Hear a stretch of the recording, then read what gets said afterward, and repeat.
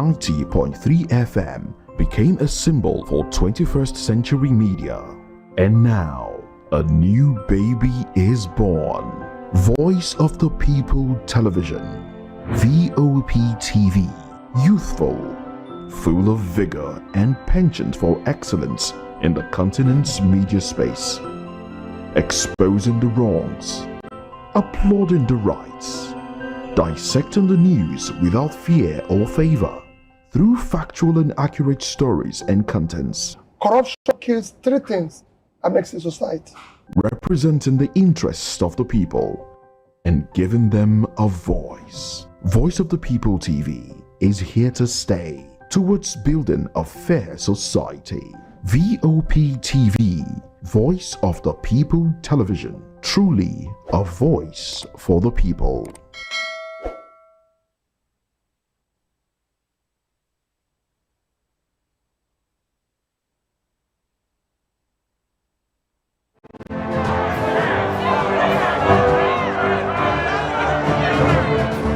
Do you want your voice to be heard? Do you matter in the scheme of things? The People's Voice, the show where ordinary citizens take center stage as we discuss the biggest stories that affect you and I.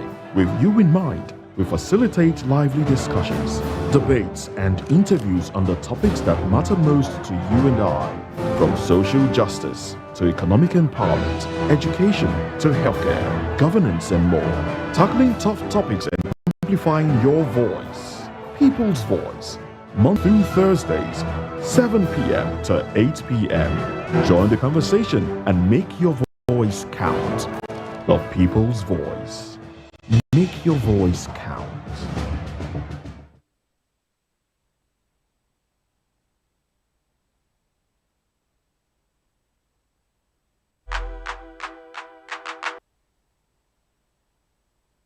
Are you ready to connect with distinguished Nigerians around the world? The Diaspora Perspective is here to share the views of Nigerians in the diaspora on burning issues. From the street of New York, the royal cities of London, and the bustling cities of Europe, Voice of the People Television brings to you a roundtable and collage of interesting views from Nigerians in diaspora. Join the host of the show and some Nigerians in diaspora, Dr. Damages, the flagship, Show, and KJ, as they discuss the experiences, challenges, and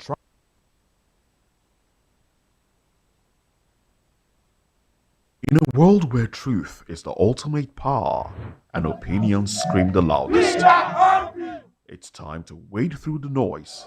Hunger no get tribe! Hunger no get religion! And scan the human interest and trending topics that matter. Stay tuned to the issues, your plug to the stories making the buzz, from politics to science and technology, social justice, and more. Let's tackle the tough questions and expose the truth. The Issues, on Voice of the People Television, Mondays to Fridays, 8 to 9 p.m. The Issues. Don't just react, understand.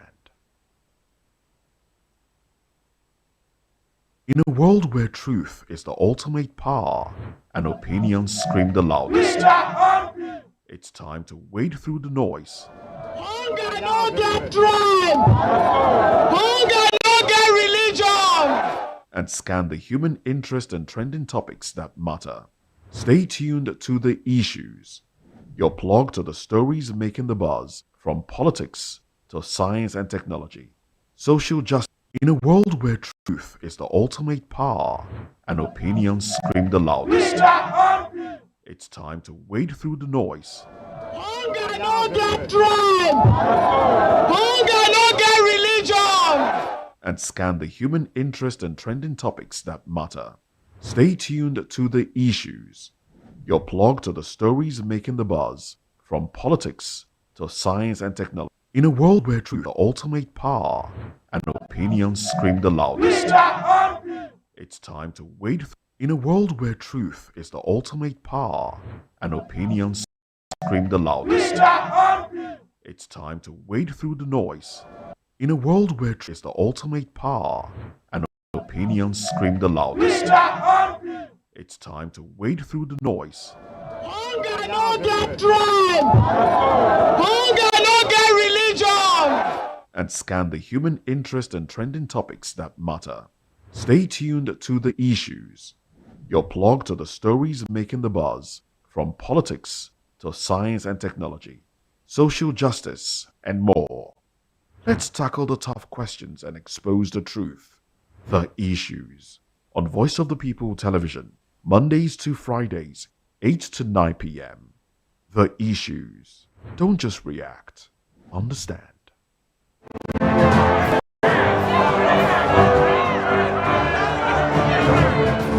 Do you want your voice to be heard? Do you that you matter in the scheme of things? The People's Voice. The show where ordinary citizens take center stage as we discuss the biggest stories that affect you and I. With you in mind, we facilitate lively discussions, debates, and interviews on the topics that matter most to you and I, from social justice to economic empowerment, education to healthcare, governance, and more. Tackling tough topics and amplifying your voice. People's Voice. Mondays through Thursdays, 7 p.m. to 8 p.m. Join the conversation and make your voice count. The People's. Make your voice count. From the views on the street, we go to bed empty hunger, to the blaring horns of a hustling city, the loudest voices of the common man got a medium to be heard. This particular administration, they were coming unprepared. It's not a bad thing to renovate the president's lawn. Through top-notch programming, unbiased reportage of news, sports, business, entertainment, and cultural documentaries, Voice of the People, 90.3 FM, became a symbol for 21st century media. And now, a new baby is born. Voice of the People Television, VOP TV, youthful, full of vigor and penchant for excellence in the continent's media space, exposing the wrongs, applauding the rights, dissecting the news without fear or favor, through factual and accurate stories and contents. Corruption kills three things and makes a society. Representing the interests of the people and giving them a voice. Voice of the People TV is here to stay towards building a fair society. VOP TV, Voice of the People Television, truly a voice for the people. To know the happenings in the maritime sector, join us on the program Maritime Frontiers on VOP TV as we discuss key areas in the maritime sector, from aquaculture, maritime transportation, maritime labor regulation, oil and gas exploration, ferry and passenger insurance, marine pollution and prevention, port operations, and lots more. Join me on Sundays every 2 p.m. to 3 p.m. on Voice of the People TV. Maritime Frontiers, exploring Nigeria's blue economy.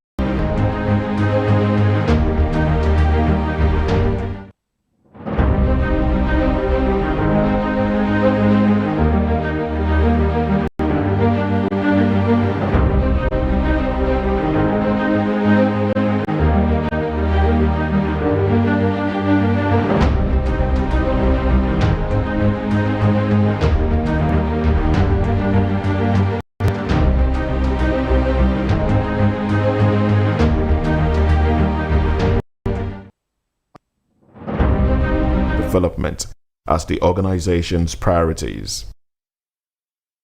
The then president of Nigeria, Ibrahim Babangida administration, founded Aso Villa in 1991, the same year that Nigeria's capital was transferred from Lagos to Abuja, and it is situated on the outskirts of Abuja. Voice of the People Television, VOP. Now we are transmitting on Metro SLTV channel 202. I am Chukwuma Okoro, and today we look at the big story. Supreme Court sacks Julius Abure as Labour Party chairman. Plus, bid to recall Kogi Central Senator Natasha Akpoti-Uduaghan fails as INEC says that they can only verify for the 3.10% of the signatures below the mandatory 50% plus one. Now, let's bring in our guest. We are joined by Engineer Fimba Ajewu. Now, Mr. Fimba is an engineer and a political affairs commentator. Good evening, Engineer Fimba Ajewu, and thanks for coming to Political Lens. Thank you, Chumoko. I'm pleased to be here once again. Okay, good to see you. Good to see you. How have you been? Fine. We thank God. He's been keeping everything going well. All right. Now, let's get right into it. The Supreme Court has removed Julius Abure as the national chairman of the Labour Party. In a unanimous judgment, the five-member panel of the Supreme Court set aside the decision of the Court of Appeal in Abuja, which had recognized Abure as the party's national chair. Now, the Apex Court in its decision held that the appellate court lacked the jurisdiction to make such a declaration, given that the substance of the case concerned the internal leadership of the party. The court emphasized that matters relating to party leadership are internal affairs over which the judiciary has no jurisdiction. Furthermore, the Supreme Court noted that the appeal filed by Senator Esther Usman Nenadi and another was allowed, having been found to be meritorious. The court also observed that based on the submissions before it, Abure's tenure had already expired. Consequently, it dismissed the cross-appeal filed by the Abure faction of the Labour Party. Now, still in the world of politics, a petition seeking to recall Senator Natasha Akpoti-Uduaghan from Kogi Central Senatorial District has failed to meet the constitutional requirements as outlined in Section 69, subsection A of the Constitution of the Federal Republic of Nigeria, 1999 as amended. Now, the Independent National Electoral Commission, INEC, made this announcement on Thursday via its official X handle. The statement was signed by Sam Olumekun, the National Commissioner and Chairman of the Information and Voter Education Committee. INEC clarified that the petitioners did not collect the required number of signatures, which must represent more than half of the registered voters in the district. Specifically, the total number of registered voters in Kogi Central is 474,554, and the petition needed at least 237,278 signatures to meet the constitutional threshold. However, only 208,132 signatures were gathered, falling short of 29,146. The petition was submitted across the 902 polling units in 57 registration areas within the district. Despite gathering the over 200,000 signatures, the total only represented for the 3.86% of the registered voters, which is well below the necessary majority. Well, this discrepancy means that the petition did not satisfy the constitutional requirement, and as a result, INEC declared that no further action will be taken regarding the recall of the senator. INEC also issued a public notice detailing the outcome of the review, which includes a breakdown of the signatures by local government areas. Now, this notice, along with the summary of the collected signatures, is available for public viewing on INEC's official website and social media platform. Engineer Fimba Ajewu, you heard everything from the beginning to the last. Now, let's start. Moments after the Supreme Court of the Labour Party, Abure, said that the Supreme Court did not sack Julius Abure, but merely set aside the judgment of the appeal court. But curiously, the Supreme Court also said that the decision of who becomes the chairman of the party is the internal affairs of the party, and that the judiciary, the court, has no right to advise on that matter. Isn't that some form of contradiction? Help us understand all of this, if you can. Yes, thank you very much for having me once again. As a matter of fact, over the time, you understand that cases have been tested, our courts have been tested, and the Apex Court, which is the Supreme Court, of course, their final verdict on this, is that Abure has been clearly defined that he is an internal party matter. Abure's case, as the Supreme Court clearly states, is an internal party matter. So if there is a further verification, or to be clear, I think more details need to be applied and then gotten from the judgment which the appeal court presented today. A few hours ago, a lot of expectations were very high, and Labour Party members on both sides, those who are in support of Abure and those who are not in support, they would have been expecting something very clear. We know our courts over time, they are very much exceptional in cases. And for party cases and political cases such as this, we know that we have had precedents, if you recall, that parties are squarely responsible for deciding, and they have plans which have been constitutionally made available. Okay. Engineer, the question to ask will be, why adjudicating on that matter? Didn't the appeal court know that it doesn't have jurisdiction to entertain that matter? So why did they go ahead? Does it look like there was something fishy about the whole judgment? Very much the Supreme Court is very intelligent in cases like this. There are certainly some other aspects which need to be clarified that the party, of course, or party members have to present vis-a-vis considering their constitution, because all parties have unique constitutions. And if you have to apply cases like this, you must be very robust in applying understanding the party constitutions, like the PDP, the APC, and the Labour Party, of course. They all have their constitutions which guide them on leadership. And I think the Supreme Court have looked thoroughly and have thought that appeal court's decision, of course, they have to overturn it such that it becomes clear. And that means the party members, of course, they have to rally around their constitution, which they have all come together and have put forward. So the Supreme Court, of course, has not done anything out of place. It requires that the party will take responsibilities and all members will come on board. Okay, now, the Supreme Court also said that clearly the tenure of Julius Abure had expired. So he didn't even have any reason being the chairman of the party in the first instance. Now, does it mean that the Labour Party will have to conduct a new convention to enable it to elect a new national chairman? Do you have any idea around all of that? Absolutely. That's where it's pointing at. That's the pointer. They require that, in as much as the Supreme Court added that the tenure of Julius Abure has been expired, it requires that they have to do the needful. And that means they also have to have a convention where such executive members are going to be elected properly according to the constitution of INEC and the Federal Republic of Nigeria. So I think the Supreme Court, of course, gave them another opportunity to look inwards and then see how they can have a suitable and well-credible convention.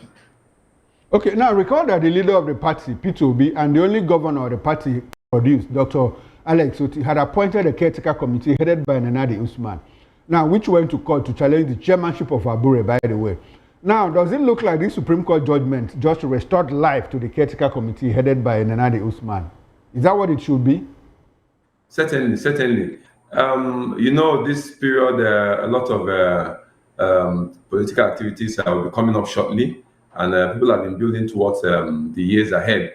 So it's exactly what you said. It very clearly defines that they have to, like I said, rally around the party constitution, and at the same time see that they abide by the procedures and processes which they have agreed in their constitution.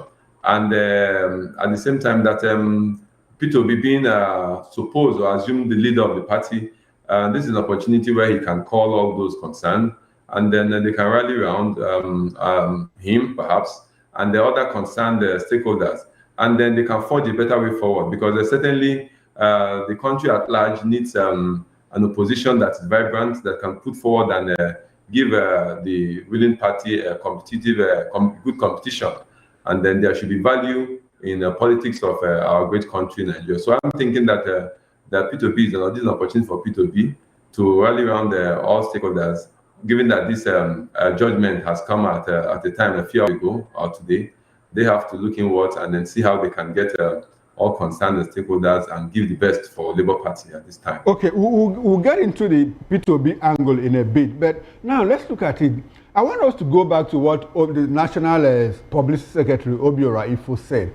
Abure said that, look, that the Supreme Court did not sack Abure, that it only said that the matter before it, that the court, the judiciary, has no jurisdiction over that, that it is the internal affairs of the party.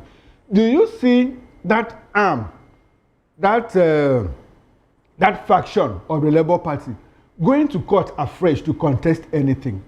Because it looks like he has a point. The Supreme Court itself said, look, the appeal court shouldn't even have entertained the matter because it's an internal affair of the party.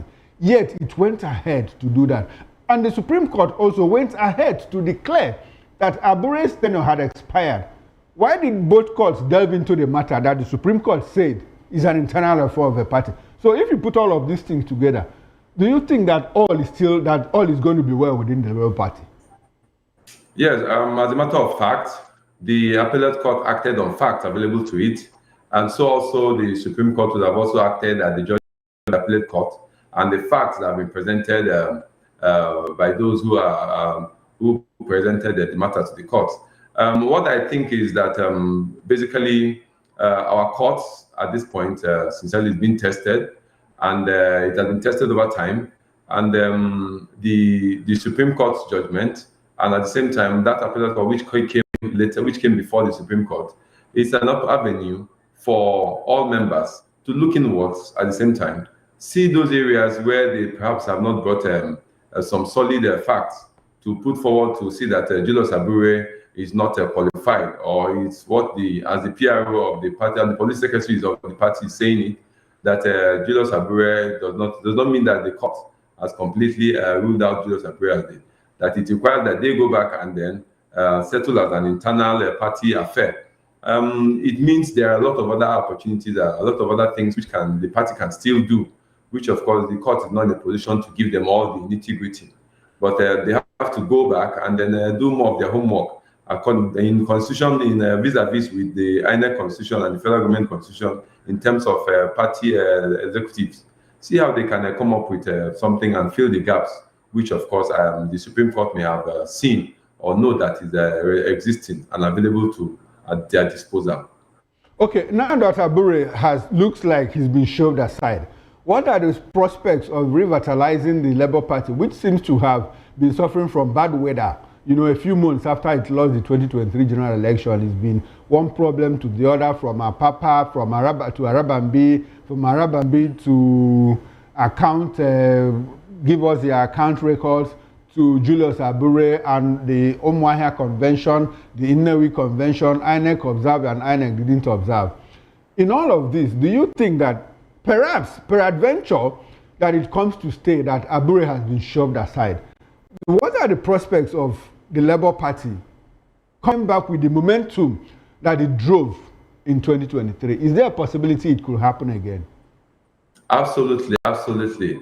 In my own view and perspective of the issue at hand, with the latest, with the breaking news, I sincerely think that there are other greater interests and good which this breaking news presents.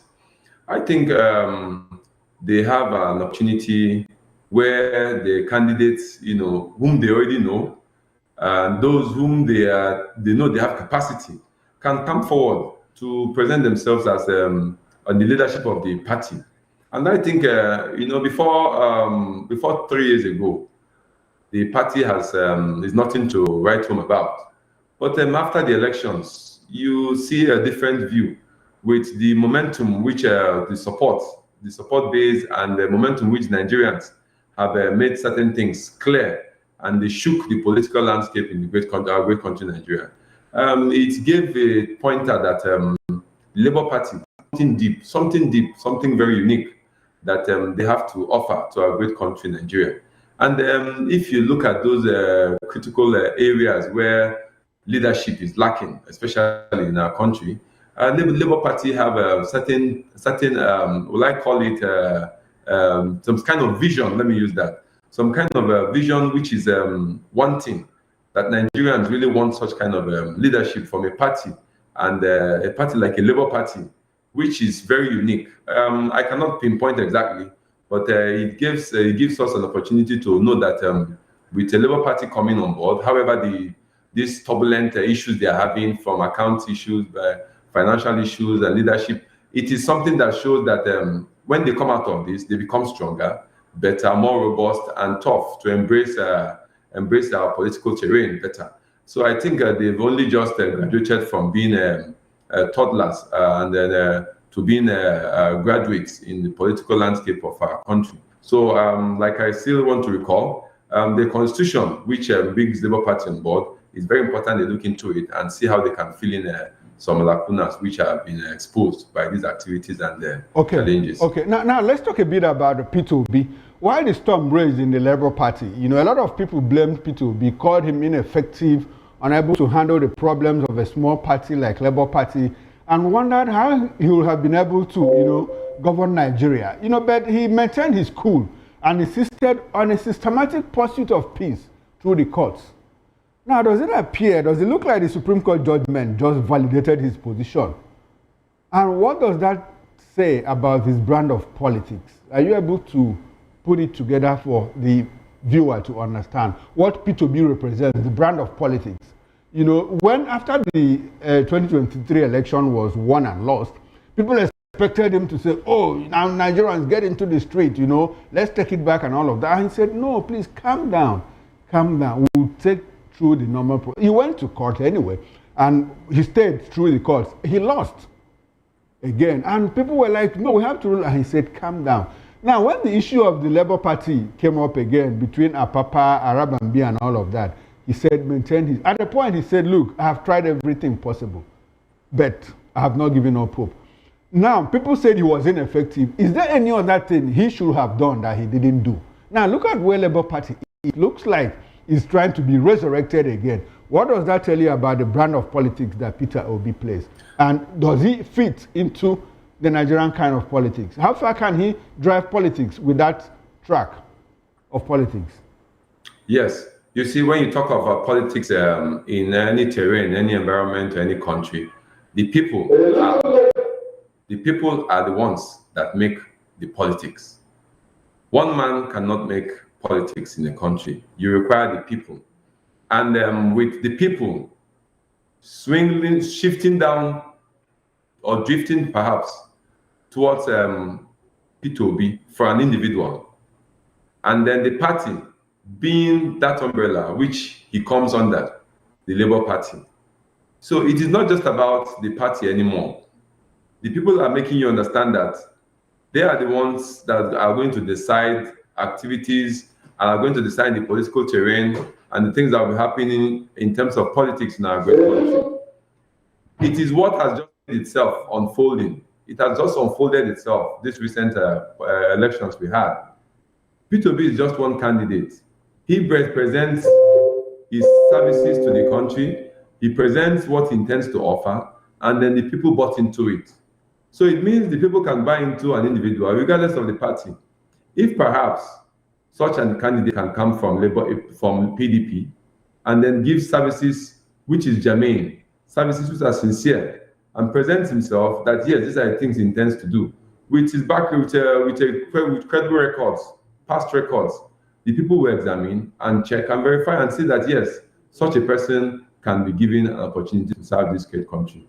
So it is not just about P2B. It can be any other person who perhaps may come from any other party, APC, AA, or any other party. Like we can just know that there's many other parties in this our country. I think it's just not just about P2B. So people are yearning sincerely for a leadership. Now, engineer, my question is this. If you examine what happened in 2023, and if you go back to what happened in 2015, where a certain set of people said, look, if you don't win this election, heavens will fall. They said, international observers, if they don't take care, they will be sent home in body bags. And in all of that, after the election, in 2011, Scores of people were killed in parts of the north because an individual lost election. Now, fast forward to 2023. In some parts of Nigeria, in Lagos, where we are broadcasting from, people were prevented from voting for Labour Party. People were prevented, and some ethnic groups were stopped from coming to the polls to vote, to the polling booth, to the polling units. It was very clear. The results are there. And now we have that someone said you have to snatch it, grab it, and run with it. That is the only way you can win an election. Now my question is, with this brand of P2B's politics, do you think that he will ever, his brand of peace, you know, the kind of peace that no, we have to, let's take away this, let's take back our country, we have to stop this rascality, but we don't have to do it by force. We have to follow it systematically, rigorously, through the legal process, through the due process. Do you think with this brand of politics, he will ever, no matter the party he is, win the presidential election? Is there a possibility it could happen? Absolutely, I think so. It might not be very immediate, perhaps, but it could come by some form of effort, which the people have to put more. You know, I think sincerely, the activities that took place that very last elections are very clear. It shows that there are elections that can take place, credible elections. We've had such in the past, and that very clearly the people need to put more efforts in those areas where you get candidates, brandishing or making some sort of statements that you take it and run with it and all those kind of statements. It shows that the candidates that are not very credible, because credible candidates will not make statements as such in public environments or public spaces. So I think P2B and what it stands for has encouraged or motivated many other candidates, those who don't even intend to be part of politics of our great country. They have seen that, yes, if P2B can make such move and such an effort and garner such momentum and votes, such kind of, that has never happened before, it means that in the near future, something different, a tsunami that's going to come such a way that those people who want the politics of business as usual, they will be swept out of it, and then they will now be replaced with the politics of credibility, politics of great value. All right, thank you, engineer. We live in a world of endless possibilities. It could happen just like the way you have said. Now, if you put everything together that has happened, talk about Atiku coming out to say, look, yes, there's a coalition, we are talking, we are going to float a mega party. And he's been talking with Peter Obi, he's been talking with El-Rufai, Obi has been talking with a few people also. With the resurrection more like of the Labour Party. And recall that there was a court judgment that the courts clearly said, look, Labour Party belongs to the Nigerian Labour Congress, NLC. Do you think that with what is happening now, with the life that is coming back to Labour Party, that the NLC will be disposed to a coalition with Atiku, El-Rufai, PDP, SDP, NNPP? Is there a possibility it could happen in any form? Certainly. A good number of us are very optimistic, very optimistic, like myself. I will look forward to having a coalition of such magnitudes, because sincerely we need it. Right now, you understand that a good number of persons are jumping ship and then jumping into APC, thinking that is where they'll find refuge, and then they will be presented and given a platform to run and then win with the type of strategy which they used in the previous elections. I think something different is certainly going to happen, and people of great, with credible records are coming up. Great people coming up, great records, and you'll be amazed in the coming elections. In the states that will be having elections, and in the others in the country at large, you'll be seeing different standards. Even in the governorship elections, standards are being set. So those who think that business as usual, you come around with ballot papers, or you pay your way through, or you wait for the courts to give you the victory. And after the elections have been done, the court now gives you the victory, or you win through the courts. Things are going to be changing, certainly. I'm very optimistic that what has happened in the last general elections, it's an eye-opener, and then many other Nigerians all over the world, across the world, a good number of persons, they are willing to vote, and many of them are going to be prepared to come out and cast their votes and do that which is their fundamental right. To see that great thing which we want, that difference, that business as usual, it's turned out. So it's not going to become business as usual, but rather business unusual. Okay, now, before we leave this Labour Party issue and get into Natasha and INEC, let me ask you one last question. If you look at everything that has happened between 2023, after the election, up until this moment, Obi has been quite vocal, quite vociferous, criticizing the government. But the government has also not relented in attacking him. There's been this kind of media onslaught against Peter Obi. At a point, Felix Mock, at the National Publicity Secretary of the APC, said, look, Obi, you have crossed the line and you have to be very careful because you'll be held responsible for the consequences of your actions. They have never spared him between Onanoga, Sunday Dare, Daniel Buala, Reno Mokri, everybody within the fringe media. If you go to X, you just need to mention Obi and wow, they will come after you. If you put all of these things together, what has been the impact? Do you think that the popularity rating of Obi, has it soared or has it dropped? Which direction do you think it is now? Oh, certainly, frankly, the popularity has soared rather, because he has set standards, very clear standards, and the standards which he set and stands for, because it becomes a symbol of majority of voters. Majority of what voters are looking out for. Okay, and you hardly find our politicians. Good number of them don't have such credibility which he has presented. So many now will be fighting, struggling, making all the efforts and services they'll be giving to see that they compete with Peter Obi. He has become a standard of competition. Okay, you hardly find any other standard. So Peter Obi has set a standard such that it becomes a competition, and you won't be surprised when you have a lot of people throwing stones at him. All forms of stones will be thrown will be directed at him, because even from those who have been business as usual, they know that this man is going to be keep giving us something different. He's really giving us a fight, a different fight. So they intend to see that they find through the courts, find through his businesses, find through his political allies. They find every means to see that they pull down, they destroy, or they give a bad name. So, but however it is, I think Peter Obi is still focused. Okay. He's not relenting. He's not deterred. Okay. And that's also how I want to encourage many other prospective politicians, those who look forward to serving our country in any capacity, be it presidency, governorship, or however. I think they should set standards, and their background records should be very clean, such that when you look back, you can go and verify. You will hardly find something to stain or dent their image. Okay.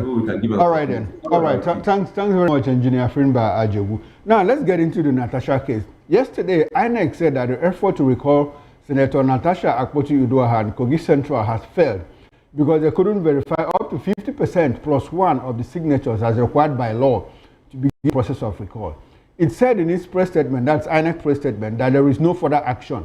But Natasha and PDP have raised alerts that the pro-recall elements are regrouping. Does it mean that they can submit a fresh petition to recall her? What's your take on that?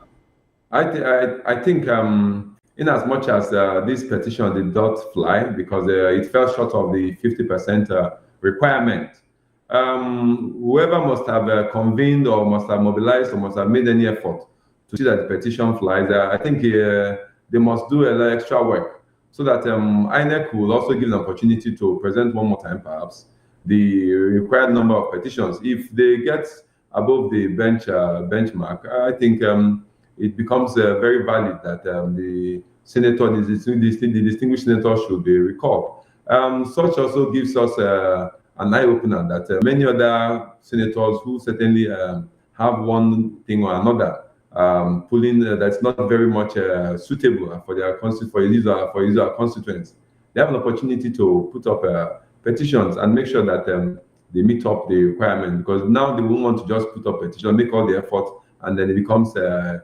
wasted effort. Many other people will be looking out to make sure that they beat the benchmark. So I think this is a case for a lot of people to look into and then see that the space for recalling of senators is available, and people need to key into it and do it legally and within the jurisdiction of the Constitution.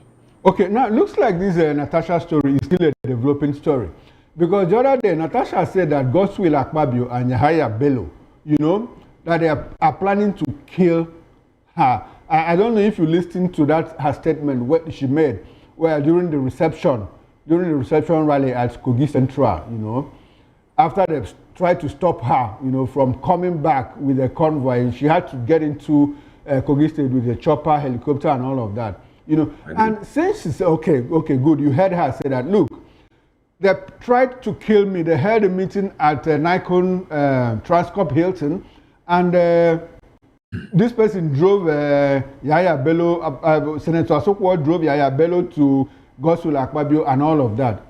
Yesterday she said, I challenge Akpabio and Yahaya to sue me because I said that they want to kill me.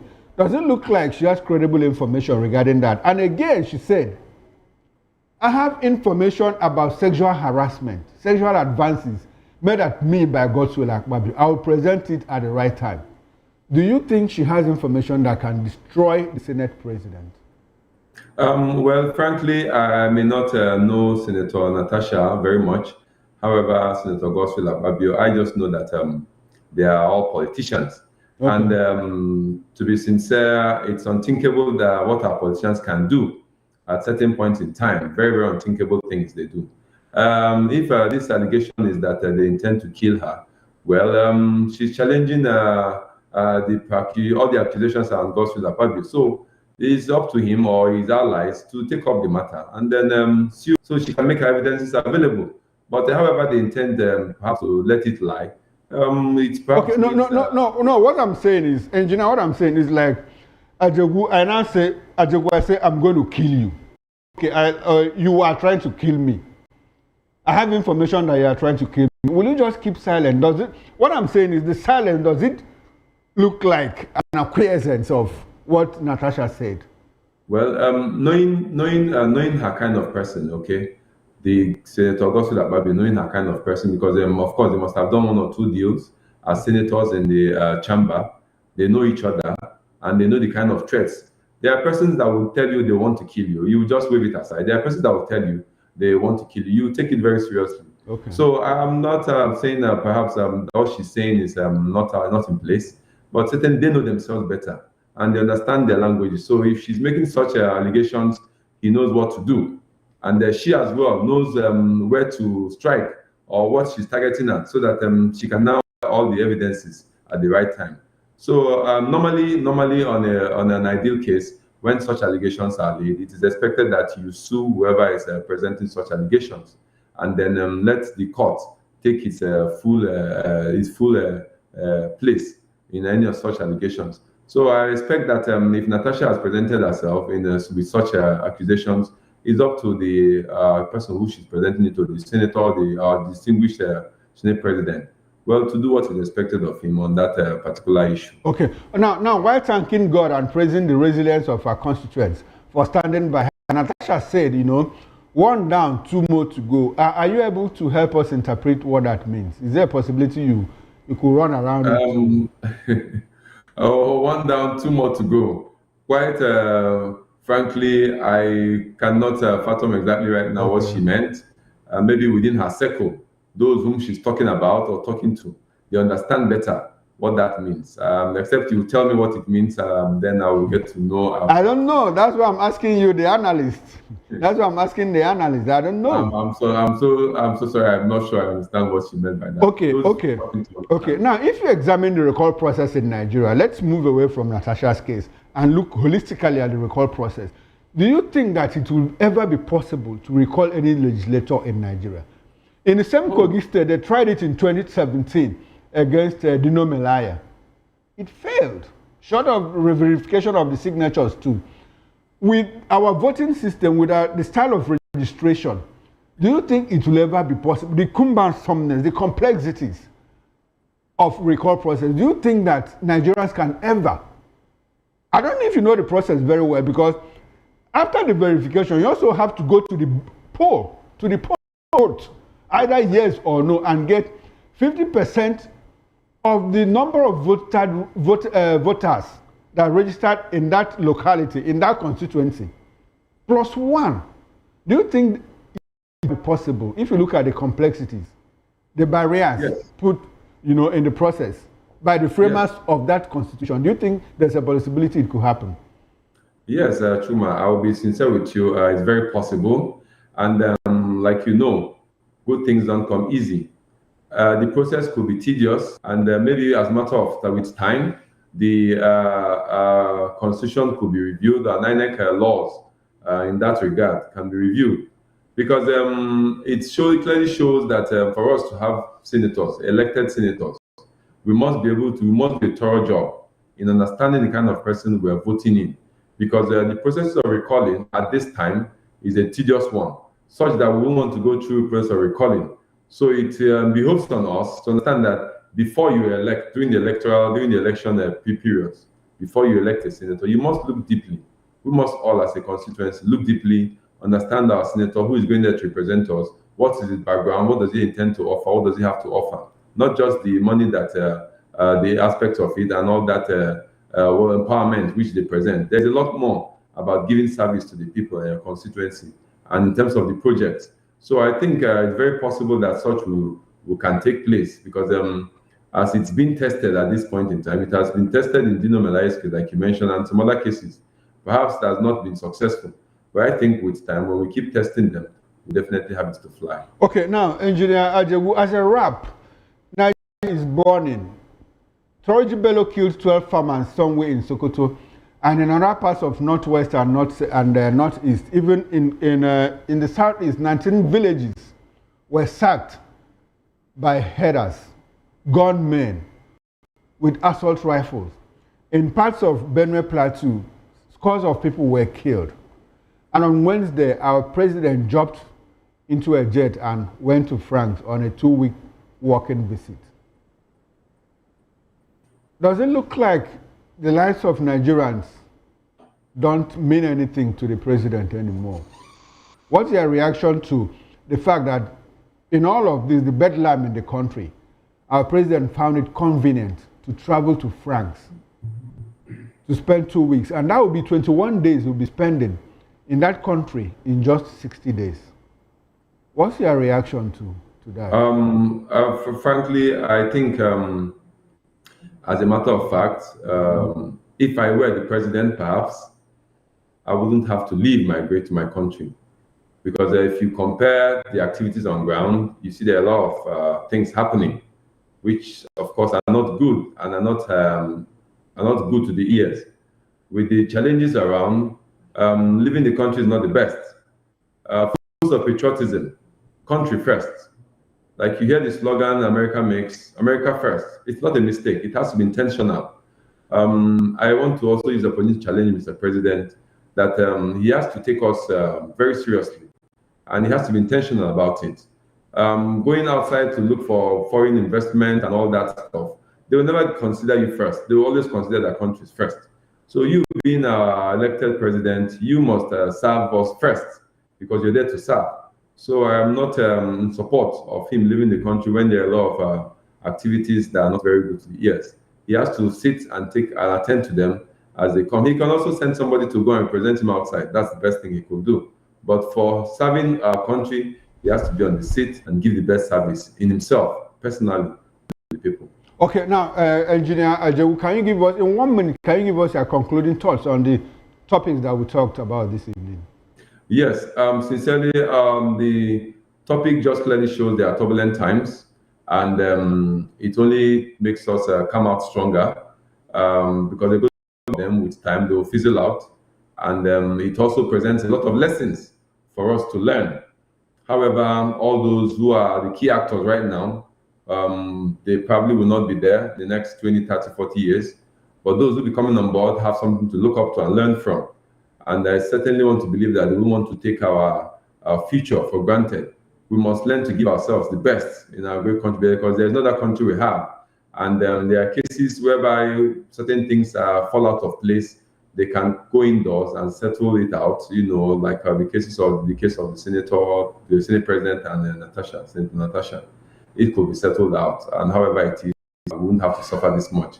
And then coming across the Labour Party issues, you see, if they understand the importance of service, they wouldn't have to. Service is all about sacrifice. And if you love your people, you sacrifice to serve them. Okay. You wouldn't look at what your pocket is going to benefit. You wouldn't look at how much. In fact, if I were to be the president, I want to give all my all my everything, my service, my my stipends to the country. Okay.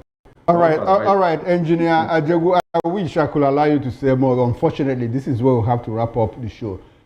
Some states across the country have started experiencing cash crunch as the automated teller machines, ATM, no longer dispense money, and banks ration cash withdrawal over the counter by depositors. Many Nigerians in some of the states already hit by the cash crunch expressed frustration in accessing cash. Meanwhile, the Central Bank of Nigeria, CBN, blamed the situation on uneven cash flow and huge withdrawal by depositors ahead of the festivity and the uncertainty over old naira notes. Here we are on the streets of Lagos to ask people how they've been coping with the recent cash crunch. Bank is not paying, but I get cash from some of the people I buy goods from. And this economy is in shambles, total shambles, complete wreck. So, it's people that have money that are outside. I'm still charging 100 naira for 5,000, 10,000, 200. Well, looking ahead, of course, individually, we have to make ends meet. So, for us, no matter the situation economically, we are not perturbed. We are heading on, and we have the victory ourselves. Yeah. On today's report, keep watching VOP. My name is Omolola Akudu. World Diabetes Day is marked 14 November every year, the birthday of Sir Frederick Banting, who co-discovered insulin along with Charles Best in 1922. This day provides an opportunity to raise awareness about diabetes as a critical global public health issue and emphasizes the collective and individual action needed to improve the prevention, diagnosis, and management of the condition. People living with diabetes in Nigeria varies, but ranges from 1 million to 3.9 million. International Diabetes Federation, IDF, estimates that 3.9 adults in Nigeria have diabetes, which is a fifth of all cases in sub-Saharan Africa. Experts also estimate that at least 11 million Nigerians have undiagnosed diabetes, and that this number could double by 2045. This year's theme, Breaking Barriers, Bridging Gaps, buttressed the commitment to reducing the risk of diabetes. Dr. Paul Kusemijo is a health practitioner. He emphasizes the need for a drastic action against diabetes. It's World Diabetes Day. So when we talk about diabetes, what exactly are we talking about? Diabetes is a chronic metabolic disorder, I'll say condition, where there is elevated blood sugar levels that lead over time to severe damage to the heart, the blood vessels, the kidneys, the eyes, the nerves, and different other organs in the body. And we have two different types of diabetes. We have what we know as the type 1 diabetes, and we have type 2 diabetes. And these types are dependent on what we'll call insulin. So type 1 diabetes is what we call insulin dependent diabetes, and type 2 is non-insulin dependent diabetes. Type 1, which is the insulin dependent, is also called juvenile diabetes. But type 2 diabetes is very particular, and so would major on today because that is more common in adults. And type 2 diabetes, here, before going to type 2, type 1 diabetes, which is juvenile or insulin dependent diabetes, here this is when the pancreas, the pancreas is one of the organs in the body, where the pancreas produces little or no insulin by itself, and it could do different things. It could be due to infection, tumor, it could be due to anything. But when we go into type 2 diabetes, here the body produces a resistance to the insulin produced, or the body doesn't take enough insulin. With this insulin is supposed to help fight the elevated levels of sugar in the blood. It could be due to several things. So that's what we call type 2. And type 2 diabetes occurs majorly, as I said before, in adults. And it's in recent time it's been on a high prevalence in the last 3 decades. It's been in a high prevalence rate, and we can see that with diabetes, insulin is very, very important. It's very important for their use and their survival. World Diabetes Day centers on individual health and also stressed on the importance of communities working together to combat this global issue, and also ensuring that all people who are diagnosed with diabetes have access to equitable, comprehensive, affordable, and quality treatment and care. There is access for them. Now, it depends on in whatever location there is, rural areas, urban areas, there is access. So, we talk about things like hospitals. You're having primary healthcare centers, you're having pharmacies, you have all these people, and all these people tend to always have what we know as blood sugar measuring devices, and they also tend to also have so for example, you walk into a pharmacy, you can buy a glucometer. You go into a hospital or a primary healthcare center and tell you want to check your sugar level. There is easy access to where we can see these devices, and we can see these measuring devices or treatment plans and different things for this condition easily. But the thing is that many of us don't take our health serious, so we don't check these things, and then the different signs, different symptoms we see that don't worry us, but these are things that should worry us. For example, a diabetic, when you're diabetic and you, because of the high sugar in you, when you cut yourself, and you won't feel the pain, because now you have what we call, I'm not going to go into, but then there's things like diabetic neuropathy, your nerves are damaged, or you don't feel any pain, and these are problems because you can put your hand over fire and you will not feel anything. So you can, and then you have wounds, the wounds refuse to heal, or they take so long a period of time these are signs you should quickly check your sugar level, or you find the very will see you're taking excessive polyuria, polydipsia, polyphagia, you're taking a lot of water, you find yourself eating a lot, and then you find yourself urinating a lot. Check your sugar levels. It's very, very, very important. And is there a need for drastic measures? Yes. In Nigeria, it's been seen in recent times, the levels of diabetics in the world is rising in catastrophic numbers. So we need to be self-aware. We need to check our sugar level much more consistently now.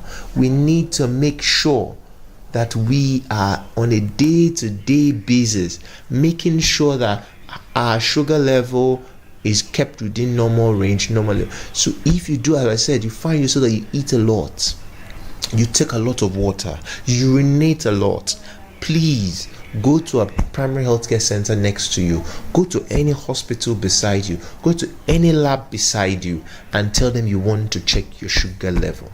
And if your sugar level is high, please go to a doctor so that you can easily be treated, and so that we can combat this once and for all. Millions of people with diabetes facing daily challenges, managing their condition at home, work, and school. Diabetes care often focuses only on blood sugar, leaving many overwhelmed. Let's join hands in raising awareness, spreading knowledge, and creating lasting change.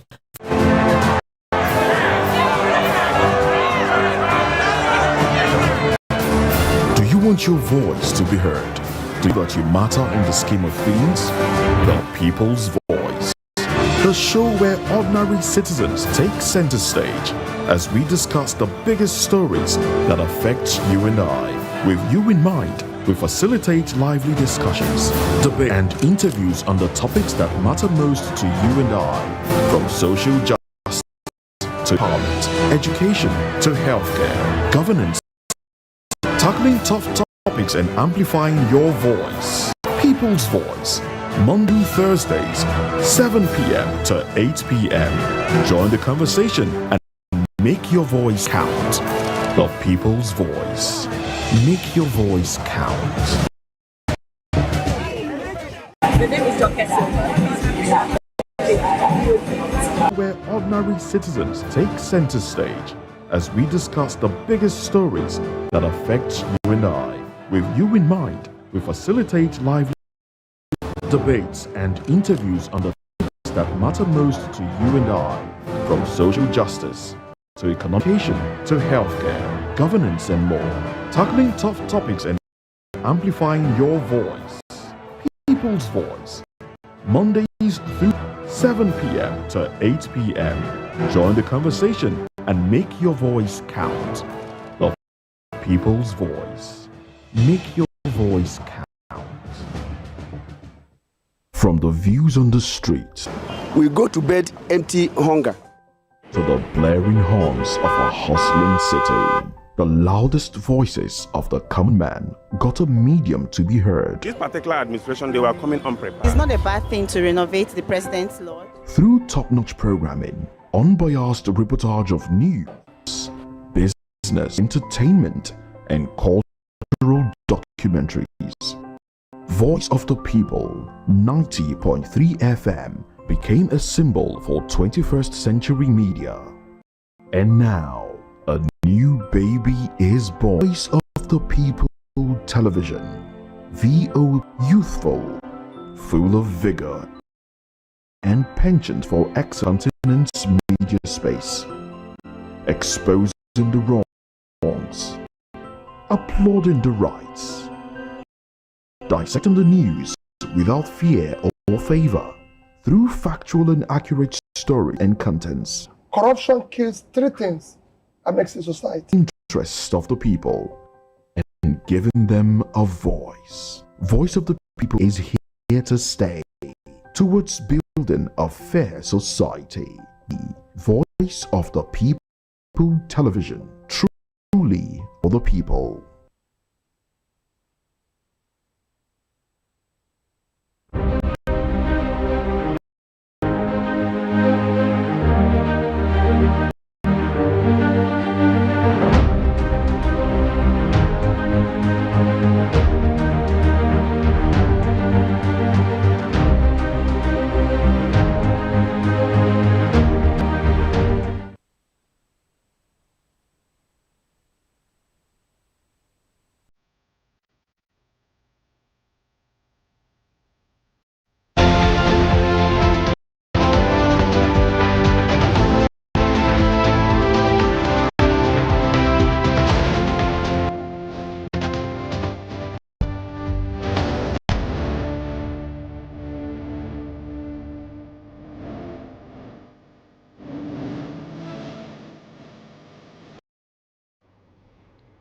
Good evening, Nigeria. Welcome to another exciting episode of the Issues on Voice of the People TV, where we bring you the most important and pressing issues shaping our nation today. I am your host, Jerry Arpeliohan, and tonight we'll be diving deep into a very major development in Nigeria. And stay with us as we analyze these critical issues with our team of expert panels. And this is a conversation you won't want to miss. We begin the show today where Sahara Reporters has revealed the troubling case of 15 domestic 6 years in Bayelsa State Correctional Center without a court conviction following an unproven robbery allegation involving former First Lady Patience Jonathan. Despite the lack of evidence and repeated trial delays influenced by Jonathan's power, these individuals, including Emmanuel Aginwa and Williams Alami, continue to suffer in limbo, raising serious concerns about the presumption of innocence and judicial accountability in Nigeria. The situation underscores the urgent need for reforms to protect the rights of the vulnerable and ensure justice is served. Away from that, we had the Supreme Court has nullified the Court of Appeals Recusal Abure as the national chairman of the Labour Party, ruling that the appellate court lacked jurisdiction over internal party leadership issues.